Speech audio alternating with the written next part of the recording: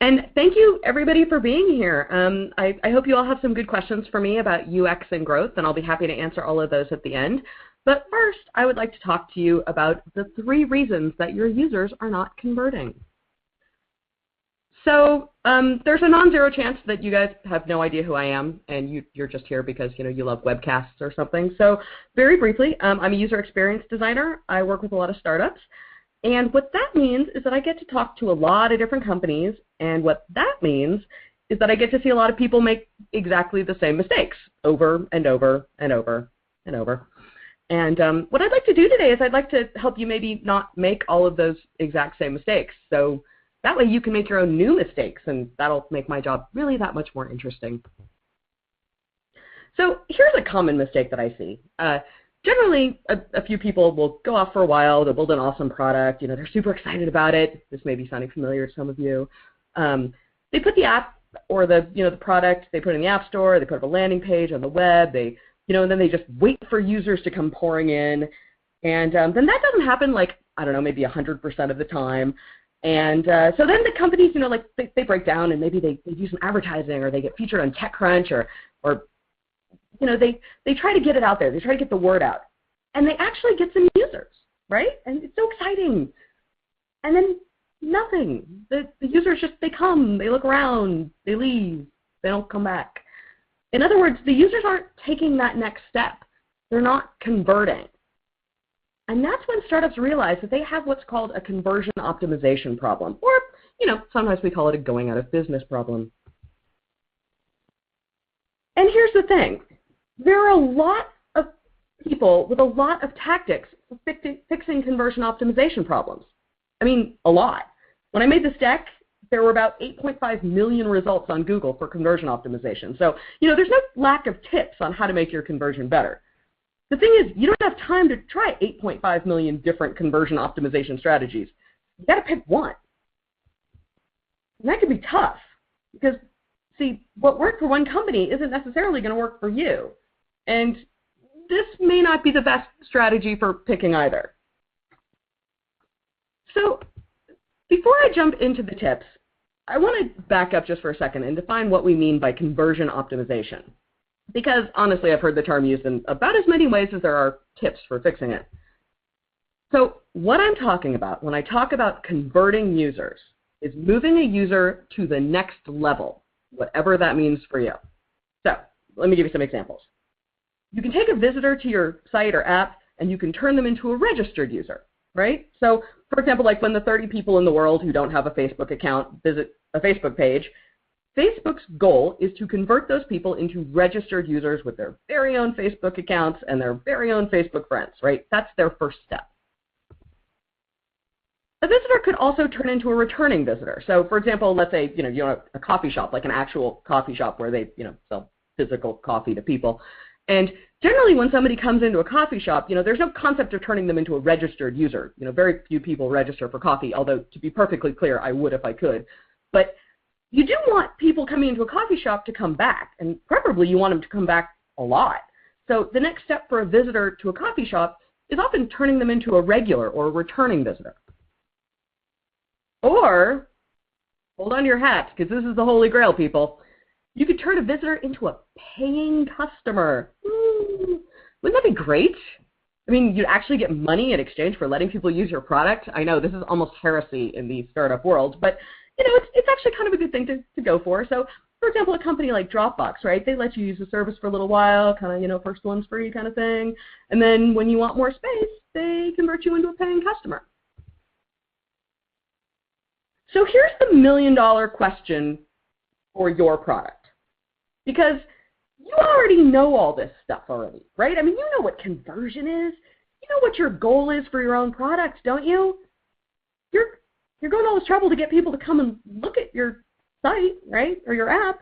You want to turn them into the right kind of user for you, registered, returning, paying. Wouldn't that be great, right? You know what the next step is that you would like users to take. So why aren't they doing it? You're paying all this money to advertise to them. You're buying keywords. You're paying referral fees. You're standing on the street corner swinging a big sign around. Why are people checking out your product and then just wandering off into the mist? I'm glad you asked. It's an excellent question, and you should feel proud of yourself for asking it. The truth is, there are 3 reasons that people do not take the next step with your product. That's right, 3. That's it. Here they are. They don't understand what you're offering them. They don't have the problem your product is solving for them, or they don't feel that your product is worth what you are asking for it. In other words, they don't get it, they don't need it, they don't want it enough. So let's start with that first one, since, that's generally the best place to start, unless you're just trying to mix it up a little. So what do I mean when I say people don't get your product? Well, okay, let's take a look at some of these taglines here. Think different, just do it. What can Brown do for you? These all have something in common. They are all complete gibberish. Oh, also, you probably know what all these companies are selling. But here's the thing. These taglines don't actually tell you what these companies are selling. You know what these companies are selling because of multi-million-dollar ad campaigns that associate these nonsense words with cereal or candy bars or package delivery. If you work for a startup, or really most companies, honestly, you don't have that luxury. So here's what I see every day. I see people write these clever taglines for their products. They make these coy landing pages. They create these super clean-looking designs with, a single image and 3 cryptic words. Or, and this is almost as bad, the landing pages are just crammed full of every single feature and customer testimonial and screenshot that the marketing department could get their hands on. And both types of these landing pages just confuse the hell out of people. I mean, people are just trying to figure out if they want to use the damn product. And here's the deal. Nobody's going to use your product if they don't get what it does. And if you think they're going to spend a lot of time digging around trying to figure out all the wonderful benefits that your product delivers, you are completely delusional. People come to your product, look at it for about 5 seconds, they fail to understand what it is or why they should use it, and then they go. I see it over and over again. Let me say it one more time. People right now are probably leaving your product just because they don't understand what it will do for them. You can implement all the growth hacks that you want to, but if people show up at your product and they don't get it, you're going to fail. So, how do you figure out if this is your problem? It's actually really easy. That's the great thing about this. You can figure it out in about 5 seconds. In fact, there are these things called 5-second tests. And what you do is you show the first part of your product, a landing page or an app download page or a product or buy page or like whatever you want to a person for 5 seconds. And then you take it away. And then you ask this question. What does that product do? And I guarantee you that a shocking number of people will say, I have no idea. And it is not because they've only seen it for 5 seconds. It turns out that that's plenty of time to figure out generally what a product does if the messaging isn't just complete nonsense. The reason people don't get it is because you haven't done a very good job of conveying what your product does in that crucial first few seconds of attention that you get. And this is important because that may be all you get. If somebody lands on your landing page or browses past it in the App Store, you've got a few seconds to convince that person that they should give your product a try. They have to know immediately what it is your product does and whether or not they should check it out further. These decisions are made in an instant. So try that after the webcast, right? Take out your phone, your computer, or your iPad. Here's the key. Leave your building, find a human being, and show them your product for 5 seconds. Show them that first interaction, whatever the first thing that they would see if they came to the product from Google or because a friend said, hey, you got to check out this site, whatever. Show them that first interaction and then ask them, what does this product do? If they get it, great. You are way ahead of the pack. If they don't, look at your messaging and see what you can do to make it clearer. Okay, so glad we fixed that. You've totally figured out your messaging. It's super clear. People get exactly what you're selling them, but they're still not converting. Now they're just coming to you, looking at your product, saying, nope, and then just leaving. Why? Why would they do this to you? You're such a nice person. So here's something you may not want to hear. It's very possible that your product just doesn't fulfill a need for those folks. So, in other words, you solve a problem that they just don't have. Let me give you an example. I want to introduce you to a product. A few of you I know have seen this before. It's called Jobs for Pets. It's the premier job site for pets. It's like Monster for dogs, like TaskRabbit for actual rabbits. That's right, if you have a bored border collie, this is the place for you to find him employment. And of course, if you have a job that only can be done by a cat, well, where else would you post it? So, quick question for you. Does this make sense to everybody? I mean, you know what this site does, right? It's a job board for pets. You can post jobs for pets. Does anybody need this? No, of course you don't. It's insane. Of course you don't need it. Actually, when I give this talk in person, there's generally one guy at the back of the room who's like, my border collie is smarter than your children. He's probably right, but still, nobody needs the site. And the sad truth is, this has to be my example of a stupid product, because it's literally the only thing that I can think of that is so dumb that nobody listening to my talk is likely to be building it. Because let me tell you, there are a lot of products I see out there in the world that, let's just say, they're solutions in search of a problem. And again, all the growth hacking in the world isn't going to help you build a business if your product fundamentally doesn't solve a need for anybody but 5 or 6 crackpots with border collies. So, how do you know if this is your problem? How do you know if you're not solving a real problem for real people? Well, this is where you actually have to go out and talk to people. So it's a little harder than the 5-second test. And no, you can't just ask them, does this solve a problem for you? Because people will say yes, and they'll be lying, because most people are, fundamentally helpful and nice, and they want to make you happy. But the thing is that you need to understand the habits of your potential users. You need to understand their problems. You need to do good, solid, early user research, and this is hard work. But if you get out there and you talk to your potential users, the people that you think will use your product, you will be able to solve their problems. And if you don't do it, if you don't get out there and really understand where they're coming from, their context, their issues, you won't be able to solve their problems, and you won't be able to get them to buy your product. Okay, so let's say you've done that. Now people totally get your product, right? You're filling a serious user problem. You're solving a serious user problem for a very specific group of people. And you know that those people understand that you're doing that. But they're still not converting. Really? Seriously? Yeah, this happens all the time, actually. People need your product. You validated that. I mean, they get it. You validated that too. Why don't they want it? It's easy. They do want it. They just don't want it enough to pay what you're asking for it. And I want you to just hold off for a second on that giant collective sigh of relief, because, of course, all of your products are free. Cost doesn't just mean money. Imagine this. I come to you and I say I've got a fabulous new email client. I mean, it's fast. It does exactly what you want. It'll keep you at inbox 0 all the time. Magical. Totally free. One tiny, tiny downside. You need to change your email address. You going to switch to it? A lot of you won't, actually. Because, see, changing your email address is just a giant hassle. It takes a ton of time, and hopefully your time has value. And surprise, your users' time has value too. So does their effort and their pain. Every single thing you do to make your product hard to use or hard to understand or complicated to switch to or painful to use increases the perceived cost to your user. And pretty soon, no matter how big the problem you're solving, it ain't worth the hassle. So, how do you know if your product costs too much in any of those areas? Well, you need to do some different sorts of testing.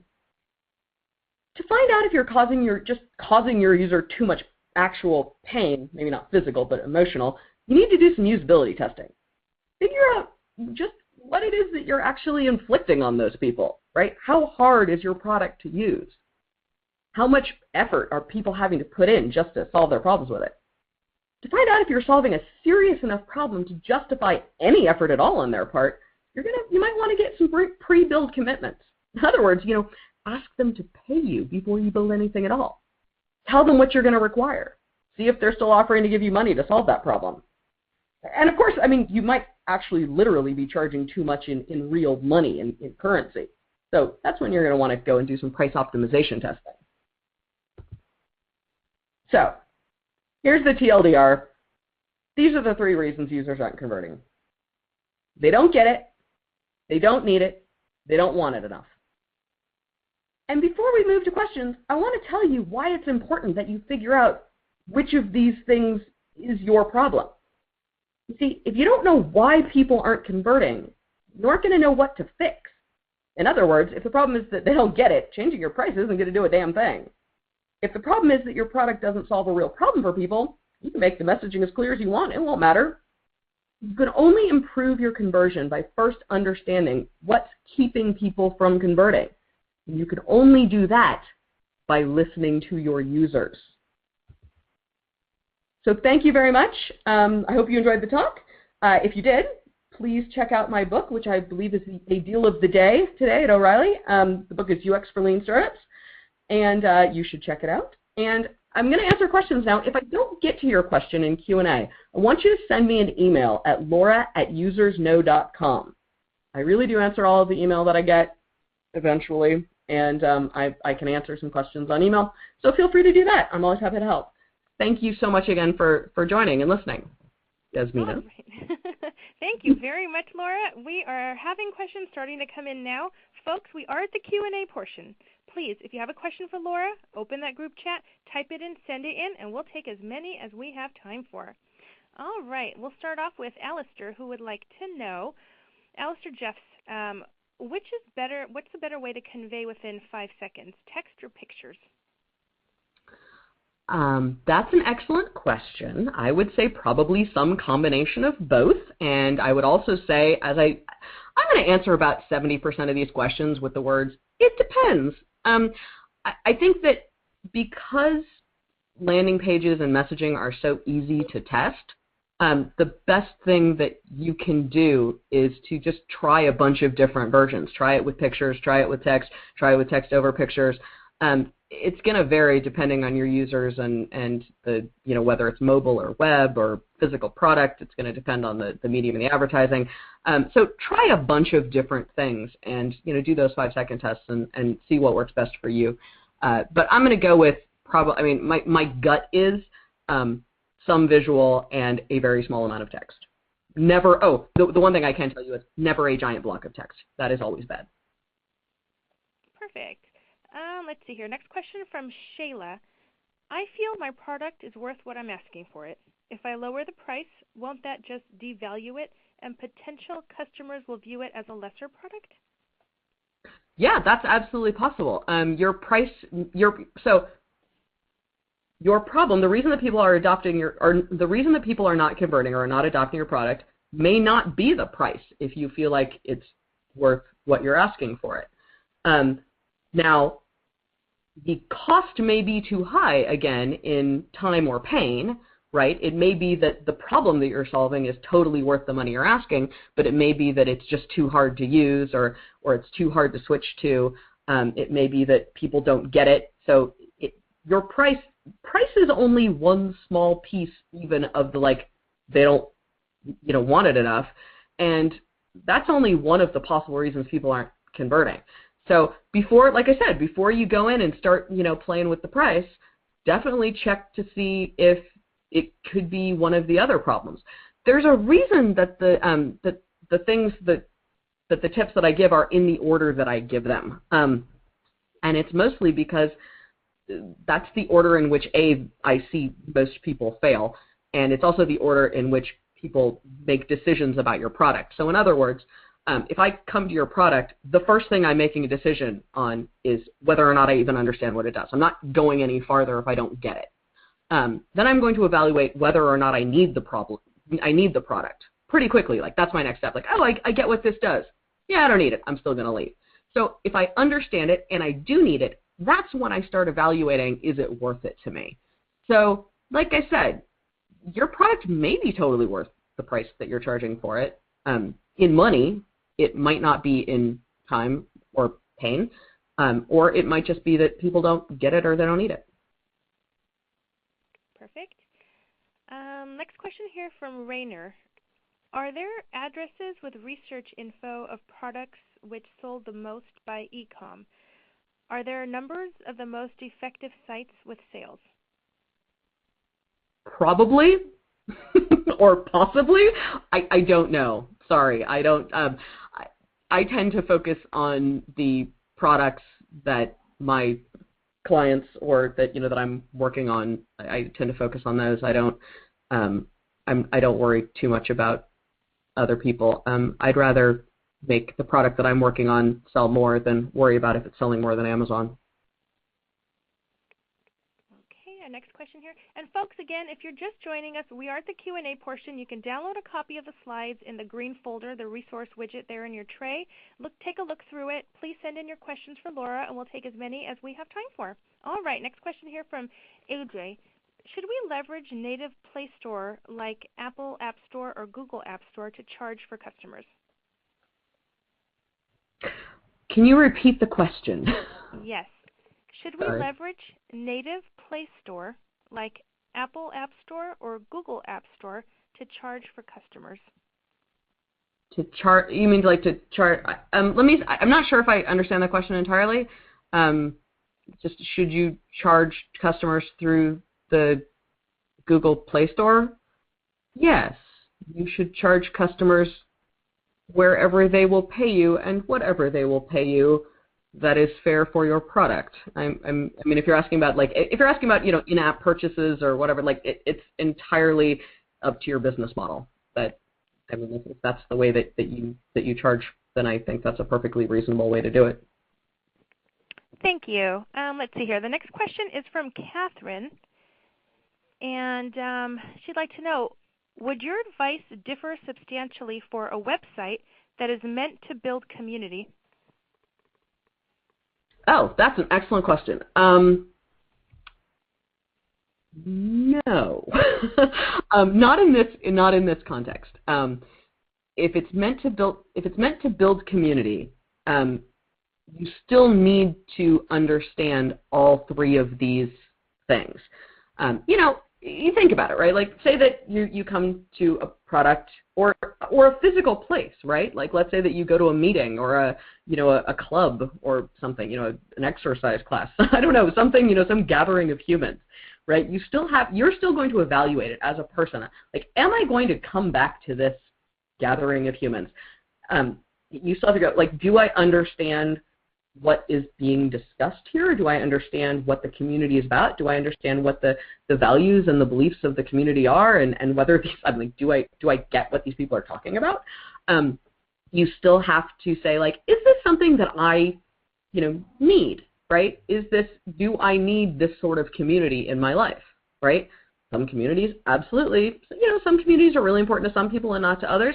You need to find the kind of people who really like that particular kind of thing. If you're trying to have a community of people who all like getting together and talking about vintage toys or really like talking about fashion, or, you've got to find the right people who have the need to go and meet other people who want to talk about those things, right?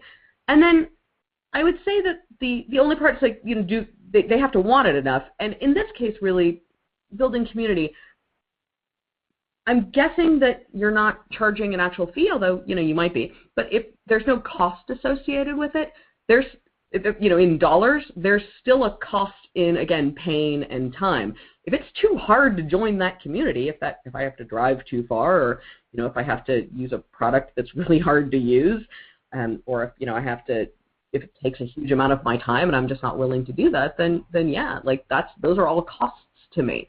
So you do have to think about that. Now, one of the things that I want to make very clear about these tips assume that you have already brought people to your product. So especially with a community product, you're really dealing with getting more people involved, probably virally, probably by invitations from other people in the community. These tips don't necessarily help you acquire new people. These tips just help you, once you've acquired the new people, once you've gotten them to visit you once, these tips just address why they might not be turning into regular users of the community or of the product, right? So you're going to have, in a community product or, in a marketplace product or anything that has sort of this network effects, you're going to have to deal with different ways of actually acquiring users and growing the initial user base. Thank you. Let's see here. A few of you are saying that you're having a hard time hearing me, the moderator, so I'm going to try to speak much louder for you. Next question here is from Kate. What's the best way to measure users' take on your product? Market research, SurveyMonkey? I think I know which Kate is asking me this question, actually, because she's trying to make me angry. No, the best way to measure people's take on your product is by listening to them. Market research doesn't tell you anything at all about how people feel and about how your specific individual users feel. Market research is about, how big the market is, right? How many women are there between 24 and 34 who own Mini Coopers and, live in San Francisco? Or, it's about market sizing. It's often about demographics. That doesn't tell you anything about their feelings about your product or really about their needs or their wants. Surveys, I don't hate surveys. Surveys are good in a very specific context, but surveys don't generate new ideas for you. Surveys, you're never going to really learn anything new from a survey. You are going to confirm or invalidate things that you think you might already know. You're going to, but the only way to learn new things about how your users actually feel is to go out and talk to your users. And this also goes for, this is one of my favorite types of research, this also goes for former users. If you want to know why people come and check out your product and then never come back, if you can find some of those people who have done that, that's a fabulous way of finding out, what did they expect from your product? What did they think they were going to get? What didn't they get from it? How did you disappoint them? So again, the only way to learn anything about your users qualitatively is to get out there and talk to them. You can learn about your users' behaviors by measuring things quantitatively. You can understand what they're actually doing by looking at your metrics and your analytics, and by doing A/B testing. You can learn about the what, but you're never going to learn about the why without talking to humans. Thank you, Laura. Our next question here is from Amit. How does A/B testing fit into this? How long does it take to do A/B testing? Apparently, Amazon uses this to optimize their conversions. Amazon, I'm gonna answer this in exactly the opposite direction. Amazon does use A/B testing, is my understanding. I am not an expert on Amazon, unless you count buying everything from them. So Amazon does use A/B testing for optimization. How long does it take to do A/B testing depends entirely on two factors. It depends on the number of people in your sample size and your variation of, take a statistics class and figure this out. No, seriously, you actually want to go and look at the statistics, because it matters how many people are in your sample size, and it also matters how likely any particular outcome would be. And I'm very bad at explaining this, but it is worth learning enough about statistics that you can run decent A/B testing yourself, because there's nothing worse than bad data. Because, of course, bad data makes you think that you know the answer to something when it's just complete random noise. Good data, on the other hand, love good data. And how does A/B testing fit into this? Well, A/B testing is actually really useful. So I like the 5-second test for figuring out what people think your landing page actually means. A/B testing is good for understanding which of, for example, your landing pages converts better, right? So it's important, though, to do both the quantitative and the qualitative here, and let me explain why. Let's say that you have two landing pages, and let's say that your product is Jobs for Pets. We'll go back to Jobs for Pets, where you've got this job site for pets, all right? You've got one landing page that explains to people that this is a job board for pets and that they should sign up if they want to get jobs for their pets, right? And you have another landing page that says sign up here for free beer, okay? Let's say that you A/B test those two landing pages against one another and you measure the conversion. I will guarantee you, having not done this particular A/B test, that the free beer landing page will convert better.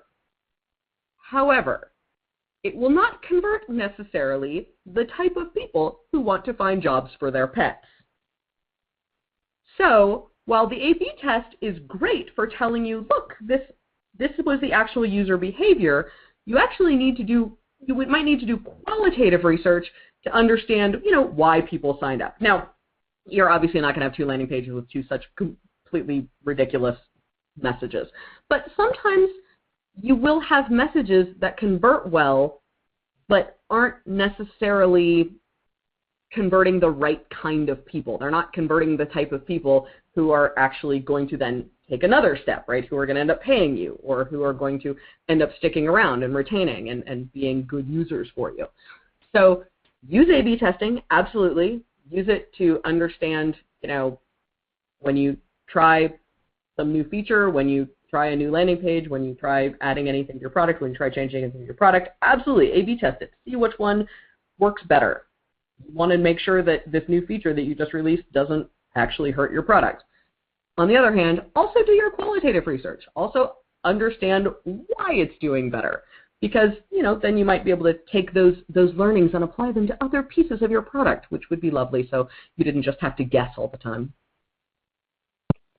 Excellent. All right, we have lots more questions rolling in, folks, and again, we're going to take as many as we have time for. Keep them coming. Okay, here we go. One from Paula.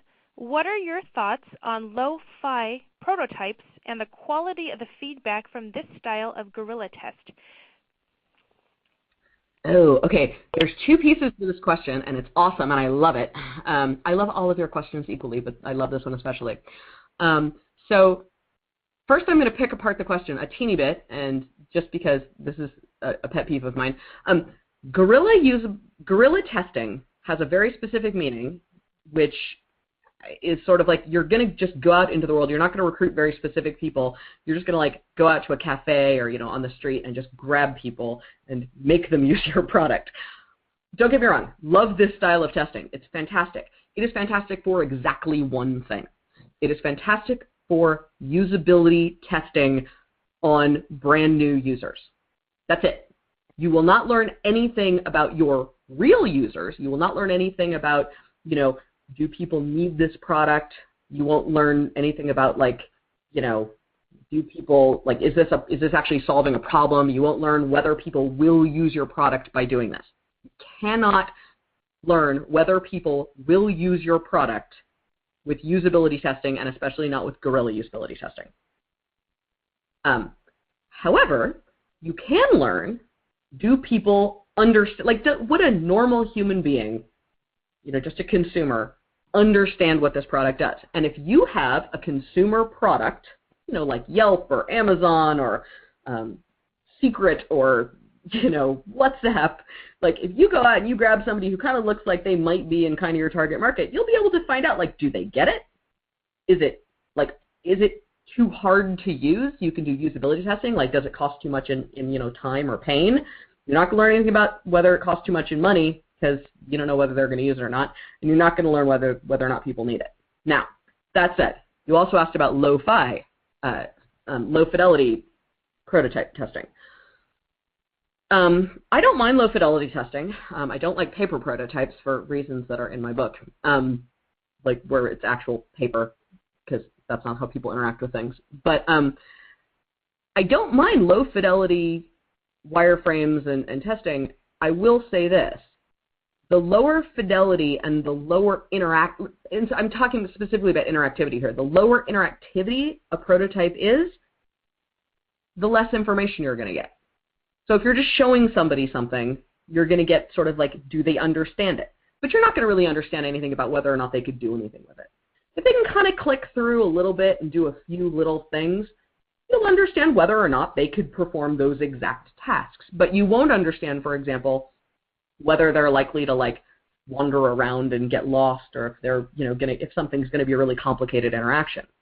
The higher interactivity and the higher fidelity, not necessarily visual design fidelity, but the higher interactivity a prototype is, the more information you're going to get, all the way up to testing on your real actual product. You're going to get the best possible information. So if you kind of think about it, everything from like a sketch all the way up to a real product, you pick the fidelity of the prototype to test based on basically the trade-off, the ROI of, okay, well, how hard is it to build versus how much information am I going to get? You're looking for that nice balance that you specifically need. And I can't answer the question, is this okay for you to do? Because it depends on what you need to learn. Please remember this. This is a lean startup sort of truism, right? You need to do as much as you need to do in order to learn what you want to learn.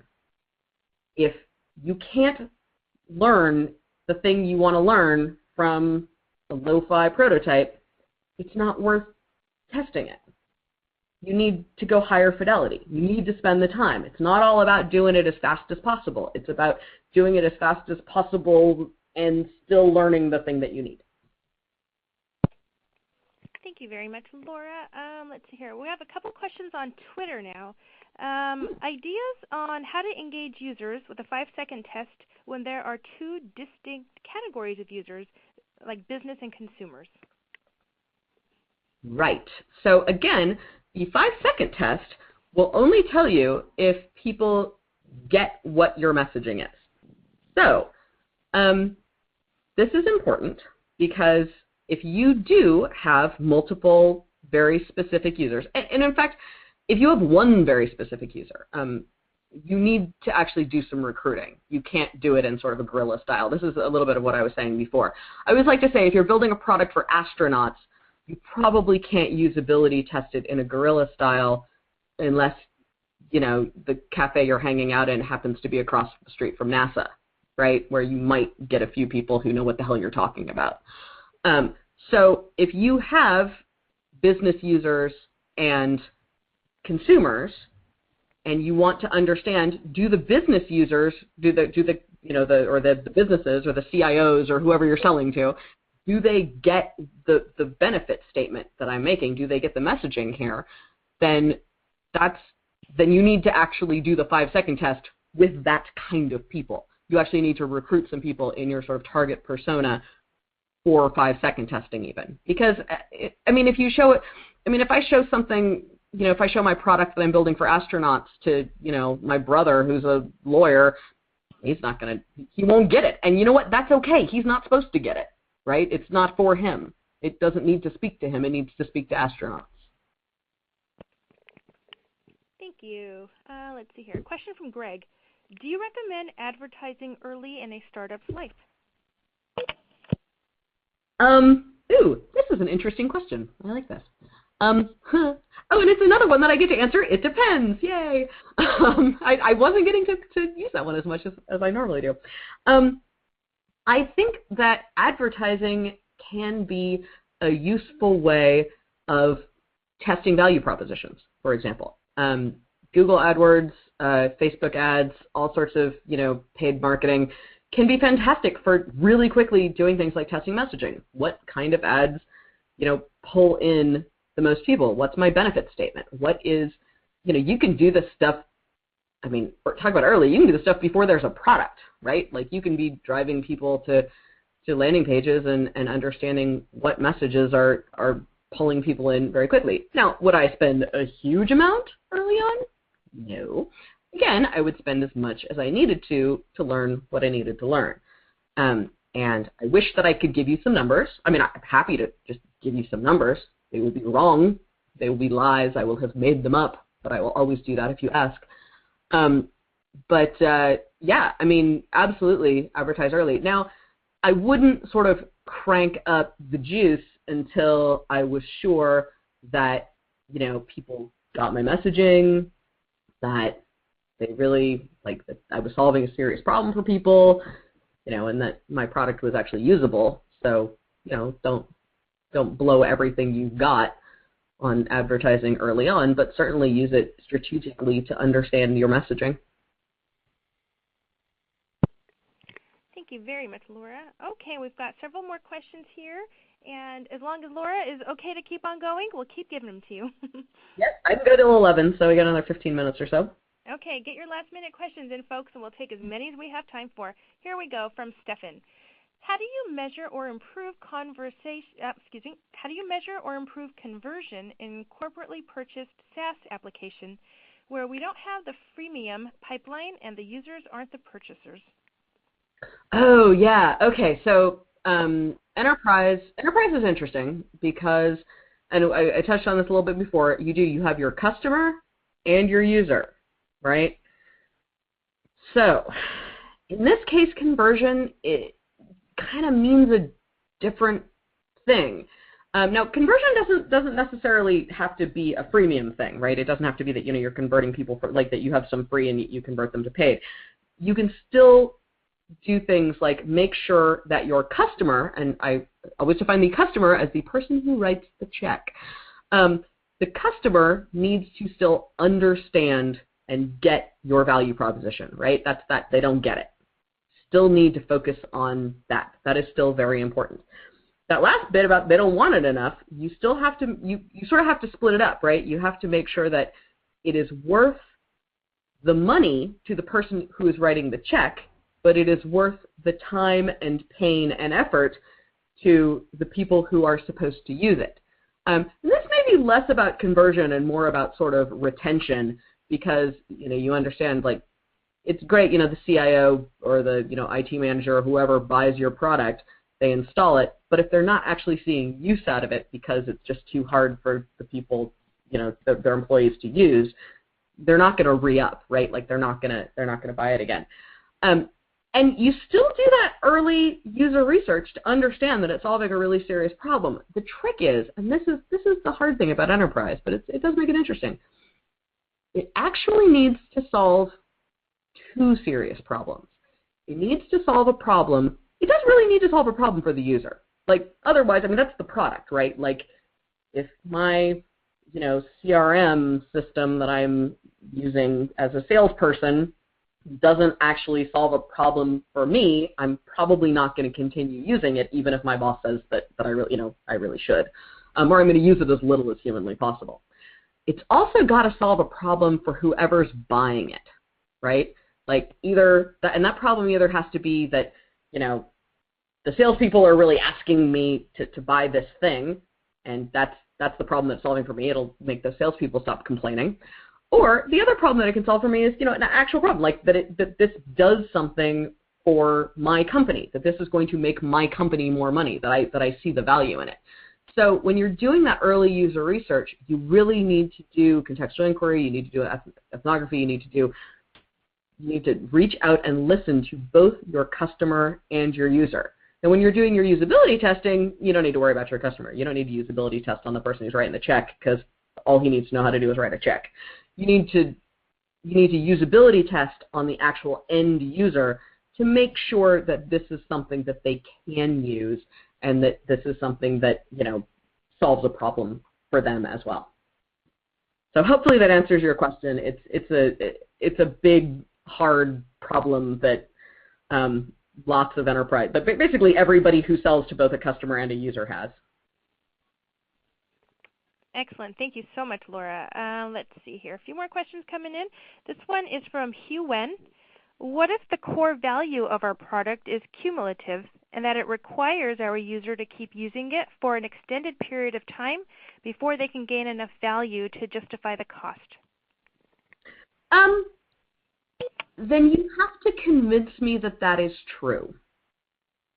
You need to promise me that up front in a way that I can see that is going to be true, right? You need to make me aspirational, right?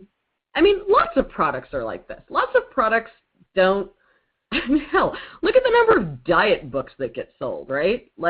And most people, nobody buys a diet book to, lose a half a pound. You buy a diet book to lose a lot of weight, right? And that's a promise that, eventually you're going to look great in a bikini, right? That's the promise. You got to sell me that. Sell me future me, right? Tell me how great I'm going to be in the future when you've transformed me into whatever it is that your product is going to transform me into, right? You have to make me see your vision. You have to make me see, and more to the point, I don't care about the product. Nobody cares about your product. What we care about is us, right? Fundamentally, what we care about is ourselves, and we care about our future selves. And we, if your product is going to turn me into a marathon runner, by the way, good luck with that. But if your product's going to turn me into a marathon runner, you got to sell me on this idea that, like, that's a possibility, and that if I use your product, that is something that I'm going to be. So I think it's not easy, right? But that's sort of, I think, that's what the entire basis of advertising in general, and I would say copywriting and messaging. But focus less on what and this is true in general, whatever you're selling. Focus less on telling me about your product. Focus more on telling me about how great I'm going to be when I use your product, and how awesome my life's going to be, when I've used it for a while. So tell me what your product does. Tell me what your product does for me. Thank you. Let's see here. Next question from Greg. Greg would like to know, for an internet-based product, if you can give some thoughts or suggestions on how does one go out and talk to users. Let's see. Sure. How does one go out and talk to one's users, current or former? Yes. So basically you're asking, how does one do user research? So this is a big question. This is like an entire industry of user research and usability testing. What you need to do is and this is going to be a very vague answer, because to answer this, I would have to basically, it took me several years to learn how to do this in detail, and we don't have that kind of time. We got another 10 minutes. So you need to figure out what you want to learn. There is no, I know I've been saying, talk to users, great, go out there, get out there, talk to people, listen. Now I'm going to change that up a little bit. Now I'm going to get a little bit more picky. There's no such thing as just talking to your users. Figure out what you want to learn, design a research study that will learn that, recruit the appropriate participants for it, and then go execute your research.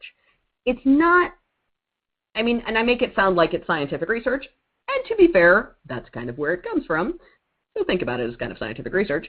But it's not impossible. You shouldn't be scared away by it. In fact, it's necessary. You shouldn't be scared away by the fact that I'm saying things like, yeah, you have to identify the right questions, and you have to identify the right people, and these are all things that you're going to have to do. So let me give you an example. If you want to learn more about your users' problems, you have to figure out who your user is, or if you don't have a product yet, who you think your user will be. That can be, create a persona, look up persona, and understand how to make one of those. And you find this sort of hypothetical person that you think might be using your product, and then you recruit those people. Then you would recruit those people using, a screener and recruiting techniques, which, again, I'm not going to go into in depth here because you can read about them. And you would recruit a certain number of those people, probably not that many, probably 4 to 5 of those people, because you're going to do it again later. And you would ask them specific questions that would help you learn what you need to know. You would ask them about their lives, about their usage of other products, about their usage of your product. You would talk to them about their problems that are sort of in the context of your particular product. But yeah, you can look up, how to, if you want to learn about your users specifically and do some ethnography, you can look up things like contextual inquiry or ethnography or early user research or even customer development. If you want to do a usability study, you would do that differently. You need to identify what kind of research you need to do and what you need to learn in order to do that. I actually have a workshop that I've done for Luxor that's called Which Research When, that addresses this in a little bit more detail. And so if you send me an email and you're interested in that, I can give you some more sort of specific details on that. Thank you, Laura. Okay, folks, we have a few more questions to get through here, but I just want to let you all know, as some of you are starting to leave, that Laura's book is the O'Reilly Deal of the Day today. Her book is UX for Lean Startups, and you can get it today at a really great price as a thank you for attending the webcast. Pushed out the code to you all in the URL in your group chat, or you can go to O'Reilly.com. Look on the right-hand side. It's right there. You can't miss it. And there's a lot more in there that can really help you with your day-to-day. Alrighty, back to some questions here. Next one here from Stefan. How do you measure or improve conversion? Oh, excuse me. I think we covered that one. Where's your other question, Stefan?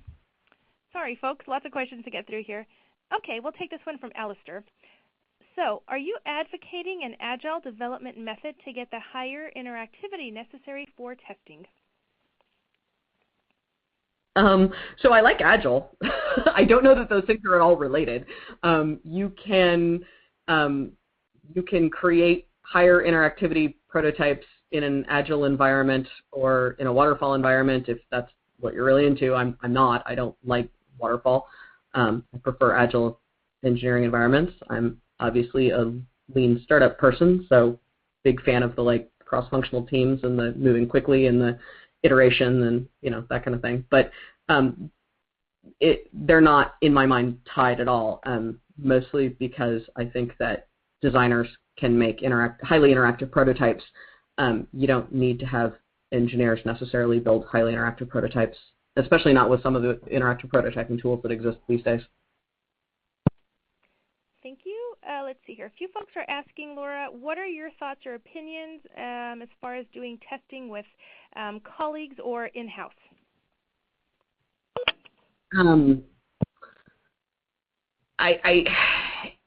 You will not learn much. I mean, well, it depends. Okay, so it depends. It depends largely on how big your company is. If you are at a 20,000 person company and you are working on a product and there is a chance that somebody in some other building doesn't actually know anything at all about the product that you're building, then you might be able to get some decent feedback early on from that person. If you're at a 20-person startup and you all know what you're building and what you're supposed to be building, you're never going to be able to understand whether your messaging makes sense to people, because of course they all know what the messaging is supposed to say. Of course they'll think the messaging makes sense. They all know what the product does. You'll never be able to understand really usability for new users. Now, I do like dog fooding of products internally because I think that that's a really good way to shake out things like bugs or just using things on a regular basis. You'll find bugs in the product. You'll find things that are just awkward or complicated that you might not find by just doing sort of lab testing. So this sort of ongoing just usage of your product, I think, is something that I'm solidly for. But usability testing or user research on colleagues or in the building, I have not seen a case where it's worth the effort because the information that you're getting is so wildly biased that it just doesn't seem worth it to me. Thank you. Next question here is regarding the 5-second test. What kind of products do you suggest are best for that kind of test? What kind of products are best for? So there's two answers to this question. If you're asking about what kind of products are best for running the test, there's actually a product online called 5-second test that I use and like. It's by Usability Hub. I think what you're asking is what kind of products are best to test this way. Again, it's just about testing messaging. So you can use this method on literally any kind of product. The trick is that if it's a product for a very specific group of people, you need to do the 5-second test on that specific group of people, right? The astronaut thing again.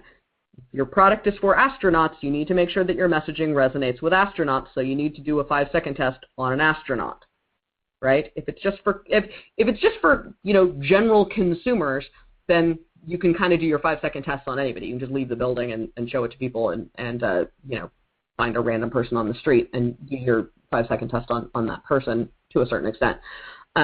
So the more sort of general consumer it is, the easier 5-second tests are to run 5-second tests work to test messaging on any kind of product, though. Perfect. And we'll take this final question here from Kate. Where can I go to learn how to have effective customer interviews? That is an excellent question. Let's see. There are a tremendous number of great books on this. O'Reilly's got some fantastic books on this. My friend Steve Portugal wrote a book called Interviewing Users. That's fantastic. There's a tremendous number of good books on how to do this. I mentioned that I have some workshops on Luxor. There's a huge amount of information about user research and usability from Cooper and from Norman and Nielsen. So I think that understanding how to talk to users is a well-developed field. So I would start poking around. We're doing some training on this at Tradecraft for a very small number of people, but hopefully we will be sharing some of the information out publicly at some point in the future, which will be fantastic. If you want specifics of like a particular type of research that you want to do and you just need more information about it, send me an email and I can give you some very specific tools. But right now it's such a big field that I have a hard time recommending anything specific. Oh yeah, I mean that's the best I can do. All right, looks like we are at the top of the hour. So Laura, we're going to say a very big thank you to you for spending your time with us today and for presenting a really outstanding webcast and for answering so many questions from our audience today. Thank you very much. It was great to be here. Thanks, everybody. Folks that attended our webcast today, we thank you for attending and hope you've benefited from it. And thank you so much for all the questions that came in today. If we did not get to your question, and I know we did not get to all of them, Laura's contact information is on the screen right there. There's her email address. You can follow up with her, and you can also contact her on Twitter, and she will respond as soon as she can. All right, and as we wrap up, just one more time to let you all know, Laura's book is the O'Reilly Deal of the Day today, and you can get it today at a really great price as a thank you for attending the webcast. Lots of great information there to really help you with your day-to-day. So please do take advantage of the code we pushed out to you in the group chat or visit O'Reilly.com. Look on the right-hand side. It's right there. Again, we thank you, Laura. Thank you, everyone. This will conclude today's webcast. Goodbye, everybody.